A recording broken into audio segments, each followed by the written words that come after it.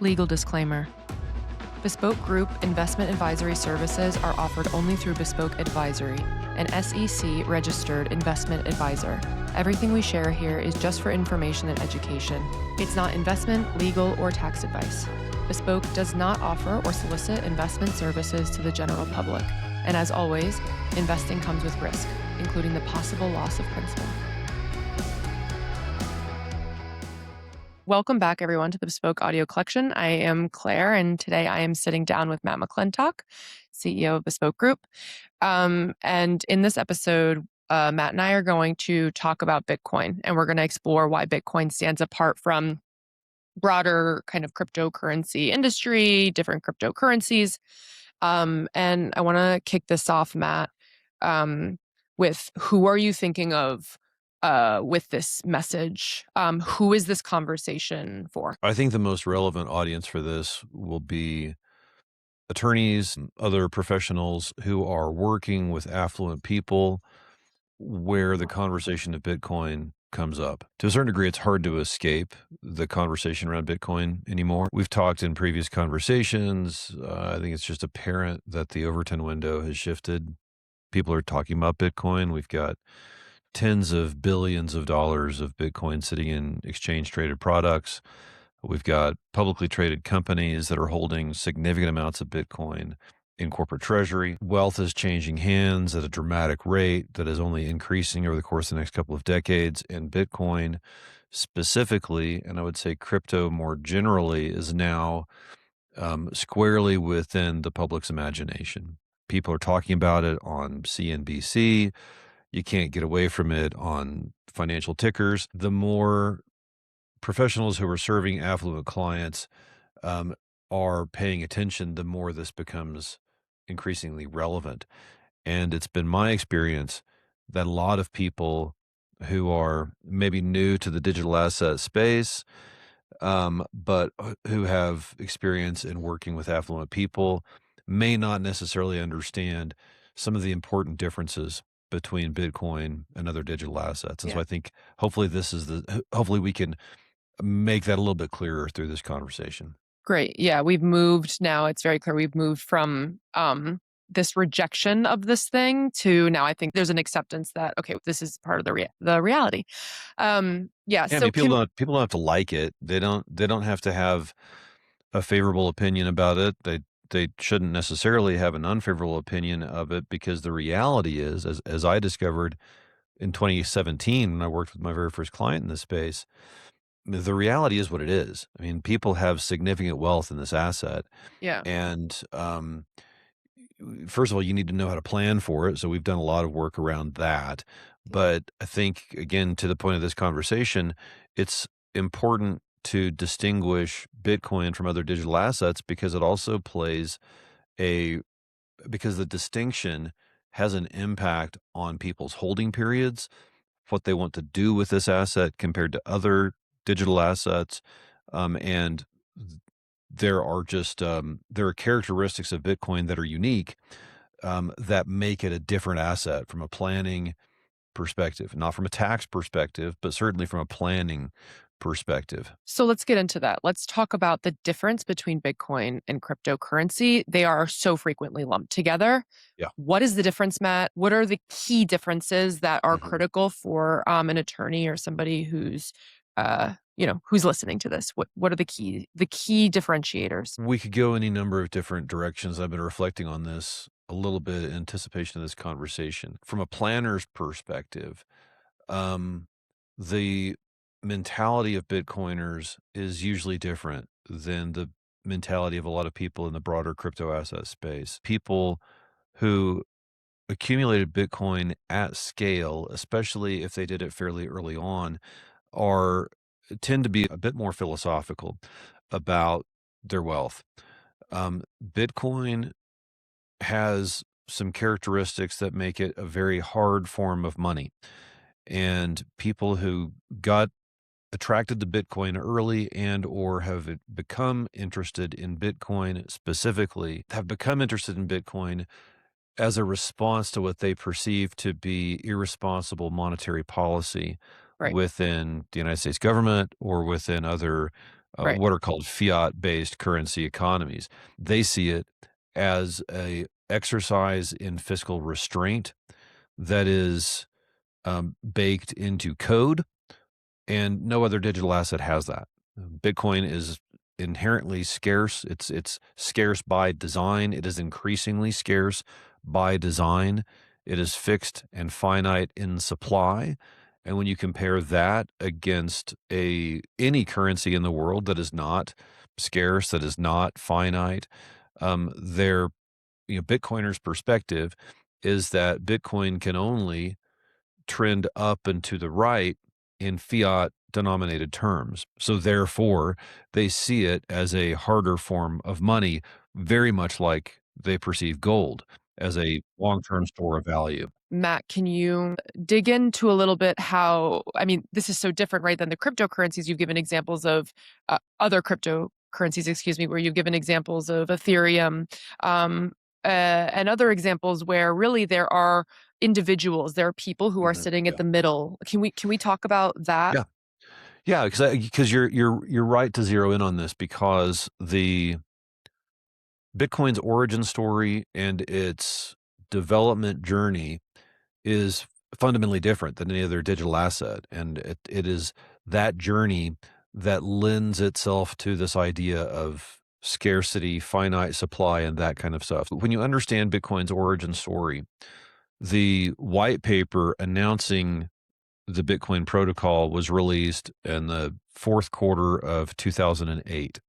So this is, the great financial crisis is spinning up. Matt, so what do you mean this white paper was Yeah, released by who saying yeah. what? I mean, Yeah. So the author went by the name Satoshi Nakamoto, and Satoshi Nakamoto was or is a cryptography, computer programming expert, and but nobody really knew who he was. yeah, nobody knew who Satoshi was. Nobody knows who Satoshi was or is. Satoshi claimed to have solved this problem, this unique cryptographic signature problem that had been vexing the computer science industry for decades. Right. And so Satoshi basically synthesized a lot of the computer science that other people like David Chaum and Adam Back and Nick Szabo and Hal Finney, people were all working on this idea of how do we transmit economic value to people that we don't know, have no reason to trust, and shouldn't rely on some centralized intermediary Yeah, like a let's take out bank, the middleman. take out the middleman of any financial transaction. Because really, at its core, what it was trying to solve for was to create a native form of currency for the internet. The Right. internet has been around, e-commerce had been growing. This is post-dot-com boom. And so Satoshi was saying, hey, I think I have solved this problem to create a viable peer to peer electronic cash system. The idea being that if you are a service provider in one part of the world and I'm a consumer in another part of the world, let's say I've got a shop somewhere in California and you are a website designer in Bangalore or someplace. Um, I find you online because the world has gotten smaller. We're in this online world Yeah, and now. everyone's creating communities online where people are Yeah. connecting with people in faraway places. Borders matter less and less Yeah. as far as commerce goes. And so I say, hey, Claire, I want you to design my website. And you say, that's wonderful. I need you to pay me in rupees. And I said, well, I don't have rupees. I have dollars. And you say, well, I don't want dollars. And by the way, I don't have a bank in Bangalore. This is a big part of the problem that Satoshi and the Bitcoin movement was trying to solve is how can somebody in one corner of the world transact with somebody else in another corner of the world where they don't have currency in common, they don't have banking rails in common, and they don't want to go through Right. merchant service processors like Visa, MasterCard, that kind of stuff. So Bitcoin Yeah, it's just a was headache. yeah, it's a headache. It's a lot of friction, Yeah. and there's all kinds of opportunities. Let's say for a second, let's suspend the conversation around Bitcoin for a second, and say that okay, I'm going to pay you with my credit card.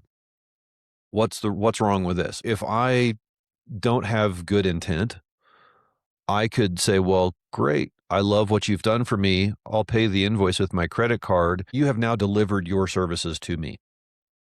I claim to have just given you my money through the form of a credit card payment. When my credit card payment comes around, I can always say, yeah, I'm going to Mm. negate that Oh, charge. I see. I can cancel the charge. I can say that was not a Sure. valid charge. And so my credit card company is going to do a chargeback against you. Right. So now you're screwed because you've given me your best efforts. You've acted in good faith towards me, but I did not act in good faith Yeah. towards you. Puts the You have no recipient. meaningful recourse because you're sitting in Bangalore, Yeah. just hosed by this whole situation. That's what happens when you have what are called intermediated Mm. financial transactions. So Bitcoin proposed to create a disintermediated or directly peer-to-peer electronic cash system. It created an economic medium of exchange where people who don't have currency in common, don't have banking in common, and want final settlement on their economic transactions so nobody can defraud anybody else under this Right. system. That's the whole idea. And so Bitcoin solved for that. So the white paper was an 8-page explanation in computer speak, math speak, on why this works. And then the software was actually released in January of 2009. The very first version of the software was released in 2009 through the Bitcoin Talk forum, where just a bunch of cryptographic programmers, cryptography nerds were going back and forth and starting to pound on the system. So Satoshi, the one who launched the network, had other computers running that Satoshi was running and said, well, I'm just going to test this thing out. So as Satoshi would send a transaction from one computer to the other receiving computer would verify the transaction. I'm not going to get into total nerdiness about blockchains and how mining works and whatever, but once that transaction is finalized and a block of transactions gets confirmed, then there's a block reward for having mined that block of data. That other computer gets 50 Bitcoins. That was the reward back Mm. then. There were not 21 million Bitcoins when this whole thing was launched. There are not 21 million Bitcoins today. Right. Bitcoins would get generated over time as transactions got confirmed on the blockchain incrementally. So every time a block got confirmed, about every 10 minutes or so, the block reward in the very first epoch was 50 Bitcoins per block. So then you have a growing supply of Right. Bitcoins, block by block by block by block, 50, 50, 50, 50, as the blockchain gets bigger and bigger and bigger. And then part of the scarcity mechanism has been that, okay, well, as the network grows, as the argument should be that you have an increasing supply of Bitcoins, you have increasing traffic on the network, more and more people are interested in this. The value of Bitcoin should be trending upward in Right. dollar terms. So, hey, I want to start participating in this Bitcoin network. Well, 210,000 blocks later, this is just part of the monetary algorithm that was designed in the system. The block reward got cut from 50 Bitcoins per block to 25 Bitcoins per block. So then again, it's, you have the daily issuance of Bitcoin got cut in half. 210,000 blocks later, so about every 4 years or so, it got cut in half again. 4 years later, cut in half again. 4 years later, cut in half again. So what that means is as the network grows, the supply, the issuance rate of Bitcoin gets more and more scarce. Right. So it's like this asymptotic curve that gets closer and closer to zero by cutting the reward in half in this like step function. So the reason I'm going through all of this explanation is to try to describe a monetary policy with Bitcoin under which Bitcoin gradually evolved from only being a peer-to-peer medium of exchange to Right. also becoming something that can store value over time. Right. Because it's not just that it's always going to be 50 Bitcoins every single time, into infinity. Right. It's not going to be just 50 Bitcoins all the way until 21 million. It's going to be an increasingly scarce asset over time as the network grows. So you have more people, more miners, and more investors that are now competing with each other for an increasingly scarce asset, an increasingly scarce monetary asset. So it is just as if you say, well, there's a finite amount of gold in the world. And we know that at least to some degree, that's true, but we haven't found the limit of how much gold can be mined. But let's say that you'll only ever be able to mine 21 million tons of gold. Okay. Well, if people are then competing for this asset that society has somehow decided has value, then as we get near the end of mining that 21 million tons of gold, th- the gold itself will become increasingly valuable because Right. more and more people will be competing for an asset that is finite and becoming increasingly scarce. That's the idea. Now, by contrast, every other digital asset that's out there Right. has a different story. It has a story that is different from Bitcoin. When Satoshi launched the network, no Bitcoins existed. Bitcoins only came into being through the operation of the network. If the network had failed, then Bitcoin would have stopped where it stopped. In the case of Ethereum and Solana and every other digital asset that's out there, the crypto asset started as a tokenized point of value on a protocol like the Ethereum network. So they mined some, ungodly number of millions upon millions or whatever of tokens, and it was what was called pre-mined by the people who created the system to begin with. So these now are the people who hold the entire bag of those crypto assets. So then as they distribute those tokens out, those Ethereum tokens, those Solana tokens out to network participants, as the network grows, their bags, yes, get incrementally smaller because they're distributing out their tokens, but they're the ones with all the gold. They're the ones who say, here's some gold for you. That just made my gold more valuable because more Sure. people want my gold. You end up with a really tightly knit group of founders Right. who have all the economic incentive in the world to drive the value of that up, the value of that crypto asset up. And you also have the ability, which has happened, it happened in Ethereum, which is the second largest crypto asset by volume, by market supply, where you ended up with a room full of like 10 or 20 dudes sitting around and say, well, you know what, we're going to change this. We're going to change the underlying monetary policy of our crypto asset. And so that just over the course of a weekend, they fundamentally changed the economics of how their token works. And that's on the second largest crypto asset by circulating supply. There was a human being who created a system. You've used the word network or a code that was was on top of like years of other computer and math work that created this thing that has a mechanism that releases this thing called Bitcoin, but it's kind of like set. Whereas Mhm. Whereas then now there's this other world of cryptocurrencies. There is still a human being. However, what they have created is not something that's fixed. They have created something that allows them to alter or change depending on whether or not certain goalposts are moving. And then the other piece of this that comes to mind is that I don't know what the intentions were, whether or not the intentions of Satoshi Nakamoto was to create a thing called Bitcoin so that it was ultimately an asset, right? You've spoken about Yeah. how it was started as something that was like a peer-to-peer exchange, and now we've moved it, right? I mean, these are our clients, but now it's this big store of value. Whether or not that was Yeah. the intention, I would Oh, argue it was clearly intentional. It was clearly for it intentional. to become this store of Yeah. value. Okay. Yes. But then Yes. I don't think but that's different to me what I'm hearing of other Right. cryptocurrencies where this was not created to be some like a means of exchange or a Correct. cash peer-to-peer system. It was Correct. applying the older framework of monetary systems of how can we create, I mean, Yeah. now I'm thinking more comparing it to like stocks. Yeah, or venture capital. I mean, I think that's a really great observation, and thanks for clarifying that. So yes, it is crystal clear in Bitcoin's code base, actually in what's called the Genesis block, the very first block that was established on the Bitcoin blockchain.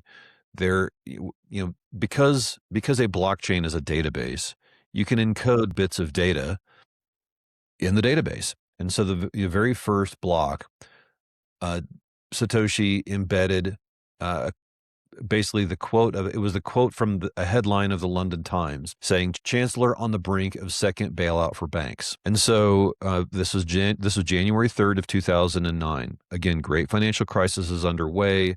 This is the Occupy Wall Street movement is going on, and Satoshi created, first of all, the electronic peer-to-peer cash system, and by creating a fixed supply, ultimate fixed terminal supply of 21 million, with increasing scarcity built in through the halving mechanism that we talked about, he clearly intended to create a form of money that was constrained, not constrained by fiscal discipline by a central bank, because the chancellor is referring to the chancellor of the exchequer, which is the central bank of England. So it's the chancellor of the central bank of England was about to bail out the banks of England because under the weight of the great financial crisis. And Satoshi said, wait a second, that's not fiscal discipline. These banks should be allowed to fail. So therefore, I'm going to create a monetary good that is peer-to-peer, doesn't rely on banks at all to confirm transactions between individuals who just want to exchange value with each other. And it's the kind of thing that can't be subject to runaway inflation, because we can't just print up Right. money in Bitcoin like we can print up money with the Central Bank of London or with Yeah. the Federal Reserve in the United States. So Satoshi unapologetically and very clearly made Bitcoin not only a peer-to-peer disintermediated form of electronic cash, but also a monetary good that is subject to enforceable fiscal restraint within how the code is developed. No other digital asset has that, because every other But not digital only asset does that's out no other there. digital asset have that, what other money has that? None, Gold? none. I None.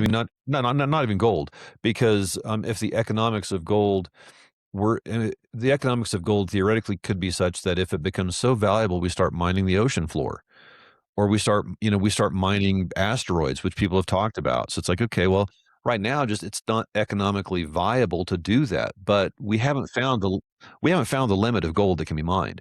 We know the limit of Bitcoin that can be mined. Is it not possible for, and this is me pulling things out of my imagination because I'm a layperson in this, but I'm wondering, I'm like, is it not possible for, let's say that there's some computer programming wizard who's able to go in and essentially change the DNA, if you will, of what Satoshi created here? Yeah, the answer is no, because of the distributed nature of the network. Oh, right, So because not no one person, it's not like sitting there owned by one person. it would take persuasion of 51% of all the miners and all the node operators Wow. to Okay. confirm that change in Okay. order to make that change to Bitcoin. Yeah. Now, I mean, if somebody did want to create an alternative and say, well, 21 million is not enough, let's make it 42 million, then if they don't persuade a majority of the network participants, which is actually human beings who right. are running nodes, they're running mining rigs all around the world. If they don't persuade a majority of those people to go along with that change,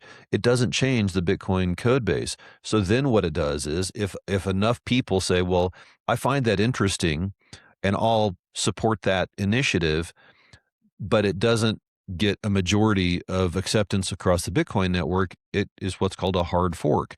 And so now we say, okay, well, we're taking Bitcoin in this direction. So it's like a railroad. It's like a rail that's going in one direction, and then it forks off in another direction. It's no longer the same network. It is a It's something new. deviation from that network. That doesn't mean it's useless. That means it doesn't mean it doesn't have value, Sure. but it does mean that it's not Bitcoin. Yeah. But back to this idea about other crypto assets, um, and I don't mean this in any denigrating way. The overwhelming majority of most other crypto assets out there uh, are designed to generate revenue for the people who develop the protocol. I mean, you're saying the So overwhelming majority, but is there an example of a digital asset or a cryptocurrency that's not Bitcoin that isn't designed for that? I can't really think of one. I think this is why Bitcoin stands alone, at least as far as my understanding of this industry, and I've been in it actively for, since 2017. Not all crypto assets are scammy. I guess that's my point, is like they're not all scammy. They're all just very different Okay, can from we Bitcoin. Now, a lot of them are scammy. A lot of them are unapologetic, you let's know. talk okay, let's talk about this though, because I wanted to talk to you about this greater um narrative that I hear a lot that I know you do too. I think it's the successful smear campaign um of, you know, like in the beginning, right? If you said the word crypto, like people thought that it was like this black market. There has been a lot of evolution in the public sphere around this. I think there's a greater understanding now and knowledge that that's not the case. However, I do notice it's not gone. I think that starting to separate Bitcoin and educating like of really how these mechanisms work and who's created them and why and the users really helps educate that to answer to this. But you know, you just said yourself, you said there are cryptocurrencies that are scammy.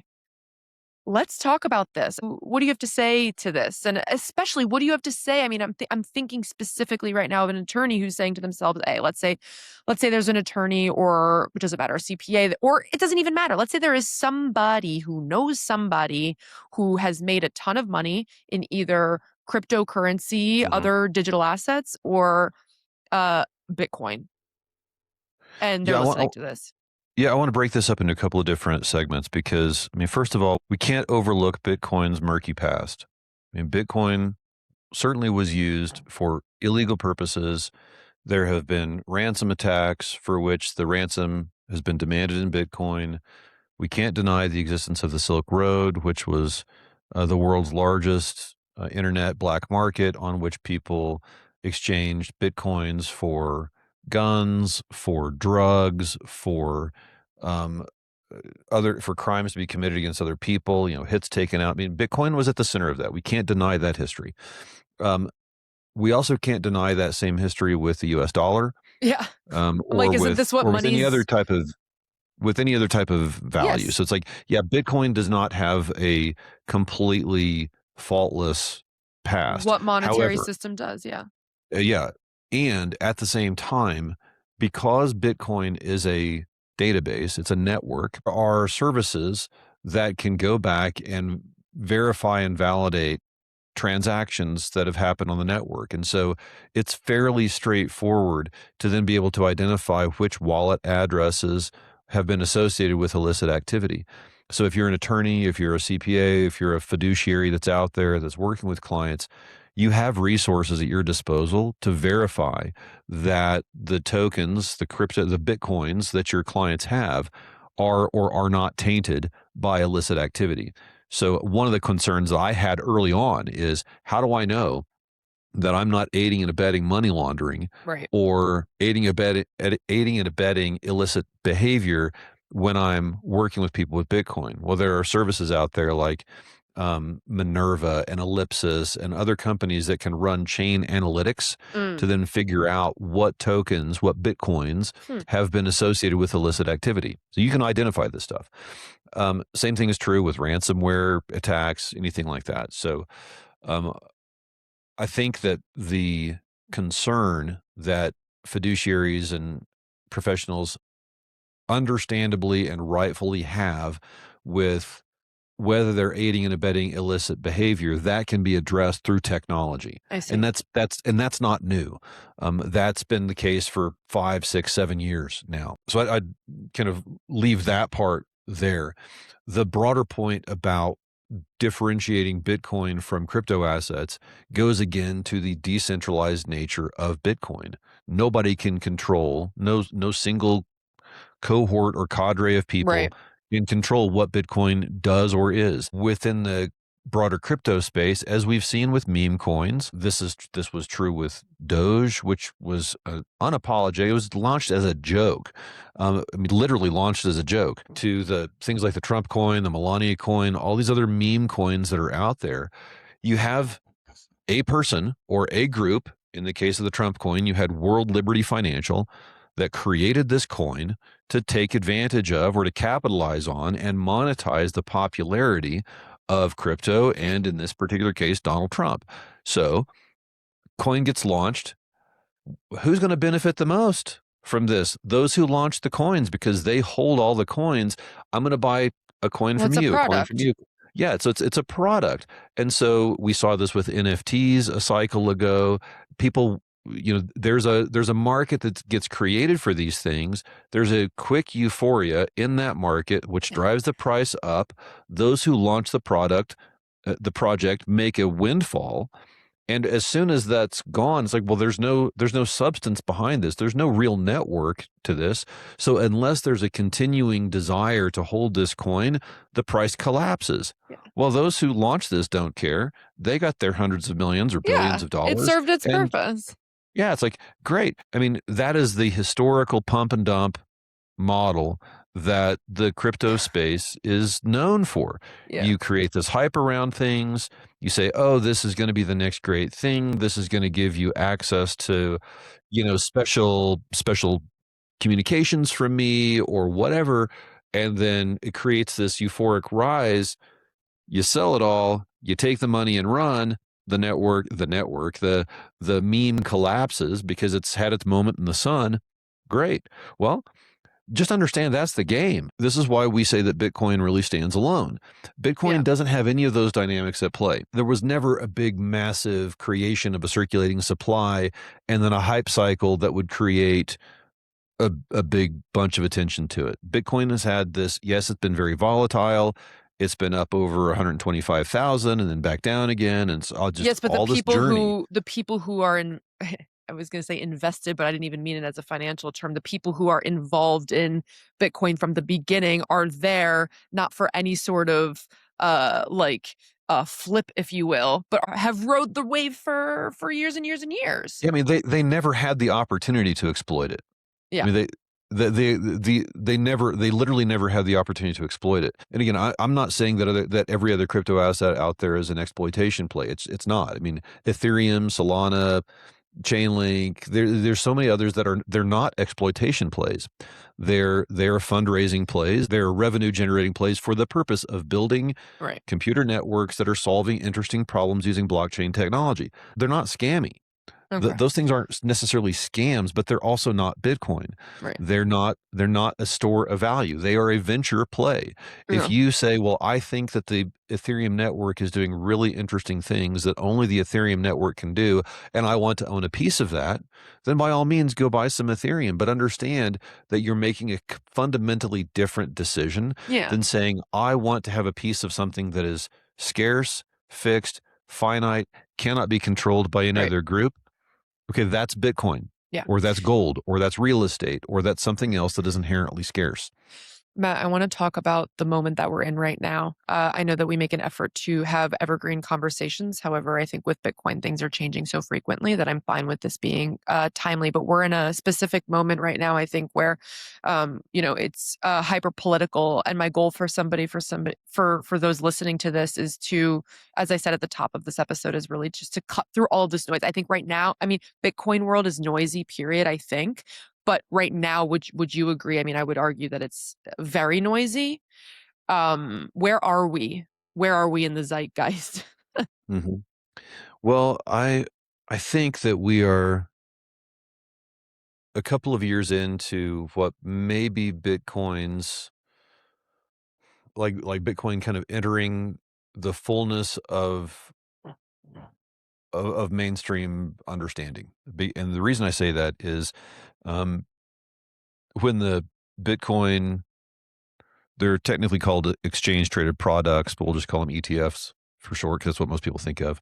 When the Bitcoin ETFs Right, um, became live right. in January of 2024, now for the first time, you had a very easy way to buy price exposure to Hmm. Bitcoin without actually having to understand how private keys work, Yeah, how to buy Bitcoin on an exchange. It just simplified access right. to Bitcoin's price. So a lot of people who have quote bought Bitcoin since 2024 didn't actually buy Bitcoin. Yeah, They bought a paper claim against BlackRock's Bitcoin or right. Franklin Templeton's Bitcoin or some other ETF's Bitcoin. And so that's how most people own gold. I mean, most people don't actually own gold. Mm, They actually own a gold ETF. mm, Um, So the ETFs created mainstream access to price in Bitcoin. And so then we saw uh, tens of millions of dollars, now tens of billions of dollars flood into these Bitcoin exchange traded products since 2024. In fact, they were the fastest growing exchange traded products in the history of ETFs. Um, and that started in January of 2024. At the same time, you had the broader crypto lobby led by Coinbase and Coin Center and lobbying groups that are very pro digital asset that spent hundreds of millions of dollars in the presidential election in 2024. And they were basically shopping for the candidate that was going to be the most pro crypto. And that candidate became Donald Trump, who benefited to the tune of 130 some odd $1 million to the Trump campaign and to the broader Republican wave saying, okay, yeah, I'll be your Bitcoin president. I'll be your crypto president. And so then, of course, the election happened and that candidate won. And so then we saw Bitcoin take a parabolic rise along with the rest of the crypto asset space because Bitcoin created a halo effect for the rest of the crypto market. And that's what drove us to this euphoric parabolic rise just over $125,000 a little over a year ago. So, um, where I'm going with all of this is you had unparalleled access. Like you had a historic shift in access to Bitcoin and access to crypto more broadly through these exchange traded products. That was the opening of door number one. Mm. Retail now has the opportunity to Right. get into this asset much easier than before. Then you have a massive lobbying effort that then ends up being very successful in getting their chosen candidate and chosen administration into the White House. And then you have executive orders that come through. And, you know, I think I think it's a truly non-political statement to say that, like him, hate him, whatever, Donald Trump is really good at driving media narratives. And one of the media narratives he was driving was a very pro crypto narrative and a pro Bitcoin narrative. And Yeah. then Eric Trump launches a Bitcoin mining initiative. And so now you've got an administration that is very good at driving the narrative. Yeah. Part of their narrative is crypto. Part of their narrative is Bitcoin specifically. You have a retail audience comprised of, more than 51% of the popular voters Right. now listening to everything this person says. And now they've got access to participate in an unprecedented level. So I think that's why Bitcoin has entered a hype cycle in 2024. Okay. Now, I think that if you look back, Bitcoin has had other rallies, other hype cycles in its history. So to a certain degree, um, I don't know I don't know to what degree things are fundamentally different in Bitcoin's economic cycle. Huh. I just think that they might have been accelerated by these factors. So now, Huh. I guess my broader point is, um, everybody now has had the opportunity to get exposure to Bitcoin. Everybody has seen it go up to $125,000 down to Yeah. $57,000 and Right. now back again a little bit. And Yeah. so I think that people are starting to get their expectations tempered a little bit and say, well, wait a second, it's not going to $1 million per coin. Maybe it never goes to $1 million per coin. But it's like, okay, well, after all this euphoria and its wicked collapse that we're experiencing now, it's actually one of the shallower drawdowns in the history Mm. of bear markets to hit Bitcoin. I mean, we're Mm. sitting at about a 45 to 50% retracement, maybe a Yeah. little bit more than that, I guess probably 54 to 55% retracement from the all-time high. We've seen 80% drawbacks in the past. We've seen 75% Yeah. drawbacks in the past. Some of the drawbacks were over 90%. Right. Now, Yeah. Bitcoin was a much smaller network at that point, but just in terms of Yeah. percentage retracement from the all-time high to what may have been the market trough. We're only talking about a Yeah, 55-ish% it's kind drawdown, of like welcome to big kinda like, holding up. welcome to the party kinda Yeah, thing. welcome to the big leagues. I mean, yeah, yeah, Yeah. and it's been interesting because, as we there are on-chain analytics that can look at this and see who's actually buying the Bitcoins, who's selling it, and so the Bitcoin ETFs had billions of dollars worth of net outflows over the Mm, first, 4, 5, 6 months of this year. That seems to have kind of stopped now, but when the money is leaving the ETFs, that means most of the money that's leaving are people who came in with low conviction. They yeah, wanted exposure to the price, and they say, yeah, "Well, easy in, easy out." right. But then you look at who's buying, it's the Yeah, same people who have been right. buying all Yeah, of along. course. Yeah, And of so it's course. like the money is moving from weak Right, hands to strong hands. right. And, you know, uh, you know, one of our theses is that this is um, probably more of a buying opportunity than a selling opportunity. Yeah, absolutely. So, Matt, for anyone listening who knows somebody, whether it's a potential client or just a person who, um, I want to split this in two questions. Number one, first, uh, you know, has a ton of Bitcoin because they are one of the OGs who understands what this thing is, um, but hasn't done any of kind of the planning that is your bread and butter. And then for the attorney who knows somebody or had a great moment with a different type of cryptocurrency. What's the kind of entry point here to this for them? Because, that attorney listening is like, all right, I know I need to lean in here. Uh, Yeah. where do I Well, the start? conversation's different. In my experience, the conversation's different between those two archetypes. The Bitcoiner archetype, the person who has been in the Bitcoin space for a long time, they have a philosophical conviction in favor of Bitcoin. They also largely have a self-sovereignty type of mindset that I don't want to trust anybody. I don't want to give up my private key control. What has worked for me in my conversations with clients is, you know, that's all well and good. I understand the desire to have unilateral control over something valuable like Bitcoin. I get it. Um, However, to the extent you want fiat recognized outcomes like tax Yeah. mitigation, like legally recognized asset protection, like reliable mechanisms to transfer wealth from one generation to the other, then self-sovereignty breaks under that weight. If you want fiat recognized outcomes, you have to have fiat recognized solutions. And to have a fiat recognized solution means that you're going to have various trusts, other entities in place to get certain outcomes.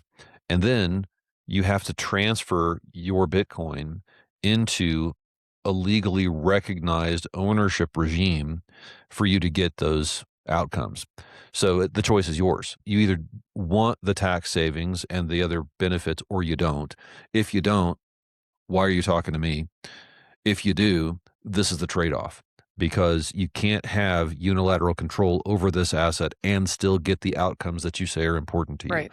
So with the Bitcoiner, you kind of have to take them on this philosophical journey. Don't be critical about it. You just have to kind of meet them where they are and help them understand that their desire for unilateral control breaks down when they want the kinds of benefits that the law can provide to them. Yeah, and your Uh, white paper, The Sovereignty Paradox, Managing a Bitcoin Legacy, I think would be a great kind of resource to go deeper on that. I think that's right. That white paper that I wrote was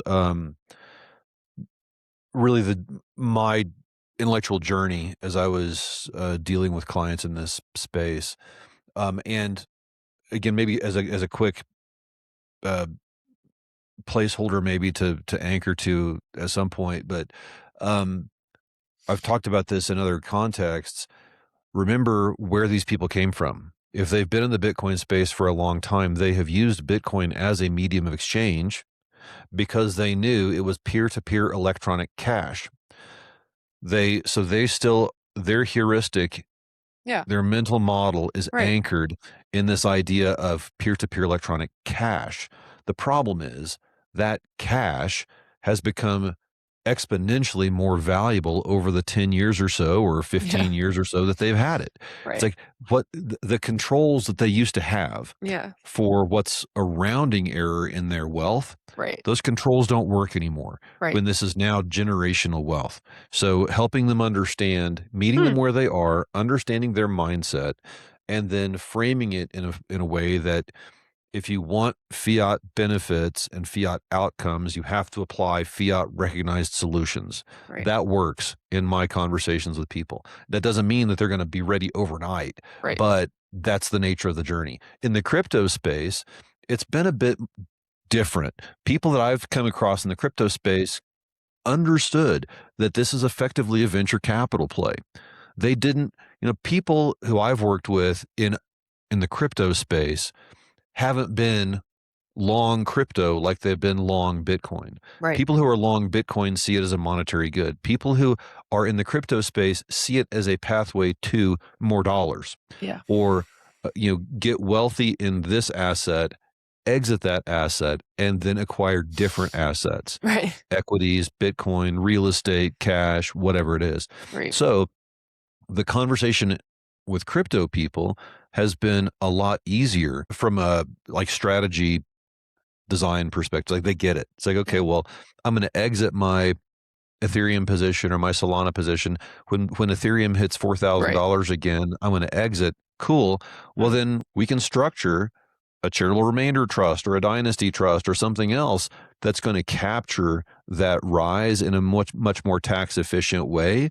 And then once you liquidate that, you redeploy that capital Sure. into other investments. That's an easier conversation. Now the technicals about how you structure custody, that's still you still have to think through that.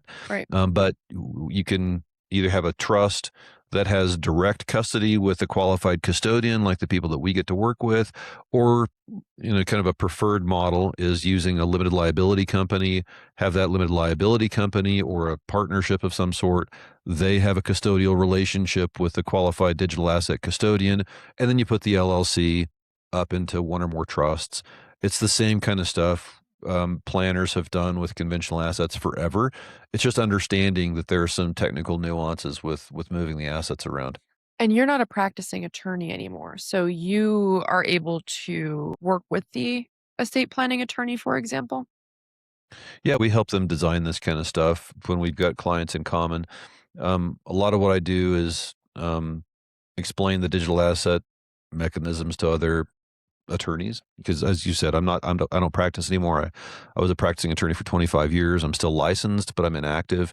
Um, and when we work with practicing attorneys and other professionals, fiduciaries, whatever, when they've got clients who have consequential wealth and digital assets, to the extent we have an opportunity to work with those clients and we help the practitioners think through the strategies. How do you talk to clients about this? How do you structure from a tax mitigation perspective?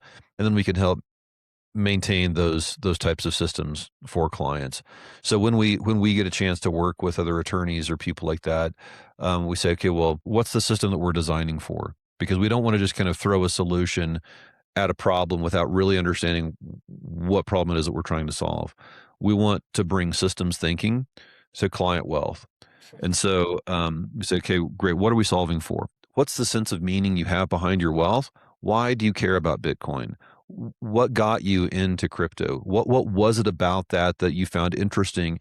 Then how do you want to express a sense of meaning through this wealth? Because that should then inform the system that we design. And the system is going to be comprised of things like different wealth strategies, different trusts, other entities, jurisdiction selection, custodian selection. And then ultimately, the client's sense of design or the sense of meaning gets expressed through their other investments, whether it's Bitcoin acquisition, gold, real estate, equities, private, public, US, non-US. It just becomes an expression of everything. And so that's why we talk about our role in helping clients design and activate and then manage wealth operating systems. And the attorneys play one of the most essential roles in making that happen. because we work with the client's attorneys to say, well, when you've got Bitcoin or crypto in play, here's how you might think about positioning this. Here's how this works into kind of systems thinking around that client's wealth. And then we activate the system.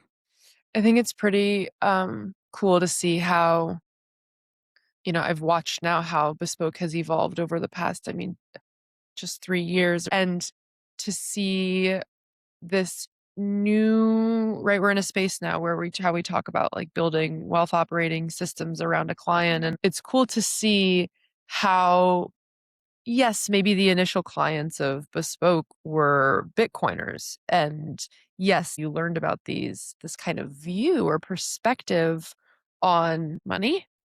And like, yes, we work with Bitcoin people and we work with non-Bitcoin people. It's just cool, Matt, when I sit here and I think about, wow, there are some values of the Bitcoin community that I think have really inspired.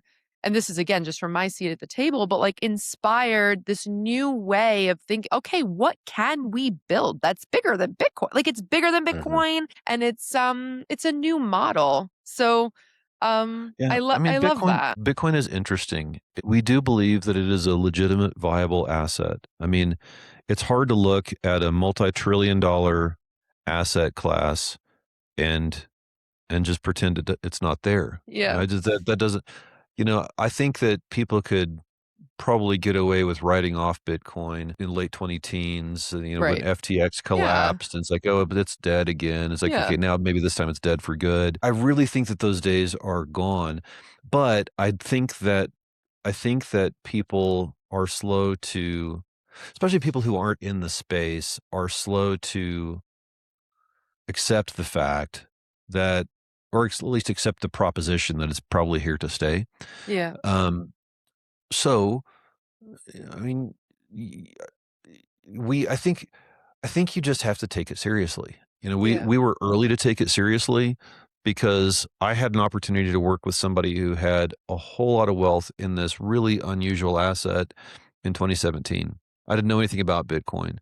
But as I sat with the possibility, I realized that even if I don't understand it, we have guidance from the IRS. We know the IRS is telling us how it's taxed. Right.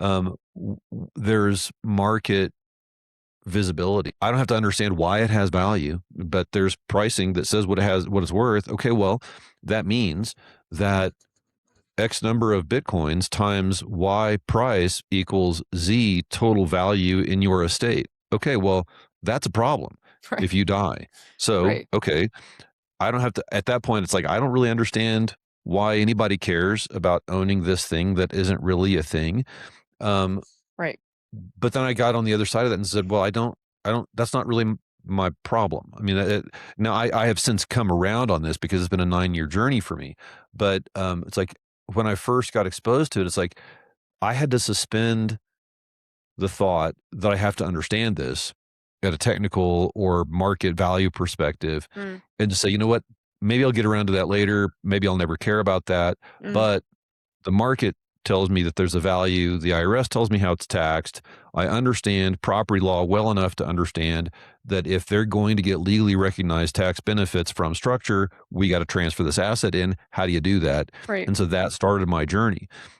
So the the ship has sailed on. I don't have to think about this. Yeah. And I think This is I think people are feeling it for sure. And I think that change is always uncomfortable. And, you embraced your curiosity and I yeah. would argue I've embraced my curiosity too. Well, I remember some of our early conversations as you were new to the team. It's like, I don't know, I don't understand this. I don't know Yeah, if and I want to also be like part of this. It's yeah, but like, I'm just the type of person too where like I saw how it was so polarizing and so like yeah, controversial, and I'm just the yeah. type of person where I'm like, okay, I lean into things like that. Um yeah, but Well, and the political thing is challenging because, as I mentioned, the crypto lobby inserted 9 figures worth of money to politicize crypto, yeah, and so there can't help but be some political overtones in the space right now. yeah, That is unfortunate. That is not new. That's just the Yeah, way this is things what go, but happens. Bitcoin doesn't care if you voted for Donald Trump or if you Right, voted for Kamala Harris, it doesn't care. right. Bitcoin doesn't care if you didn't vote at all. It's gonna keep doing what it does. And so, there was a hype cycle that peaked, and now that hype cycle washed out, and the market is where it is right now. Where the market goes from now, who knows? The fundamentals of Bitcoin are unchanged. It's no different economically from a monetary perspective. It's no different today than it was 17 and a half years ago when it launched. So, but it's just going to keep doing what it does. People will buy it. People will sell it. It will trade with risk. It will trade off risk. I mean, it's just going to do what it does. Yeah. The reality is you don't have to like it. You don't have to hate it. You don't have to have a value opinion about it one way or the other. But I think we do have to be honest with the fact that it's a multi-trillion dollar asset class now. There are people, not just in the United States, but all around the world, who have consequential wealth in this type of asset. And we then have to be sober minded enough to have meaningful conversations about it that aren't judgmental. We need to understand that we can do every bit of planning with this asset Mm. that we've ever done with any other asset out there, and that there are some idiosyncrasies with the people that you'll run into here that you just need to be aware of. And I think we've kind of touched on some of those things Yeah. now. Yeah. Well, Matt, thank you so much for digging into this with me. I hope that we can have some continued conversations. I think the topic is important and kind of good to go down to just some of the fundamentals as people are finding their way into this world. Matt, you put out a lot of writing and thought leadership, if you will, in this space.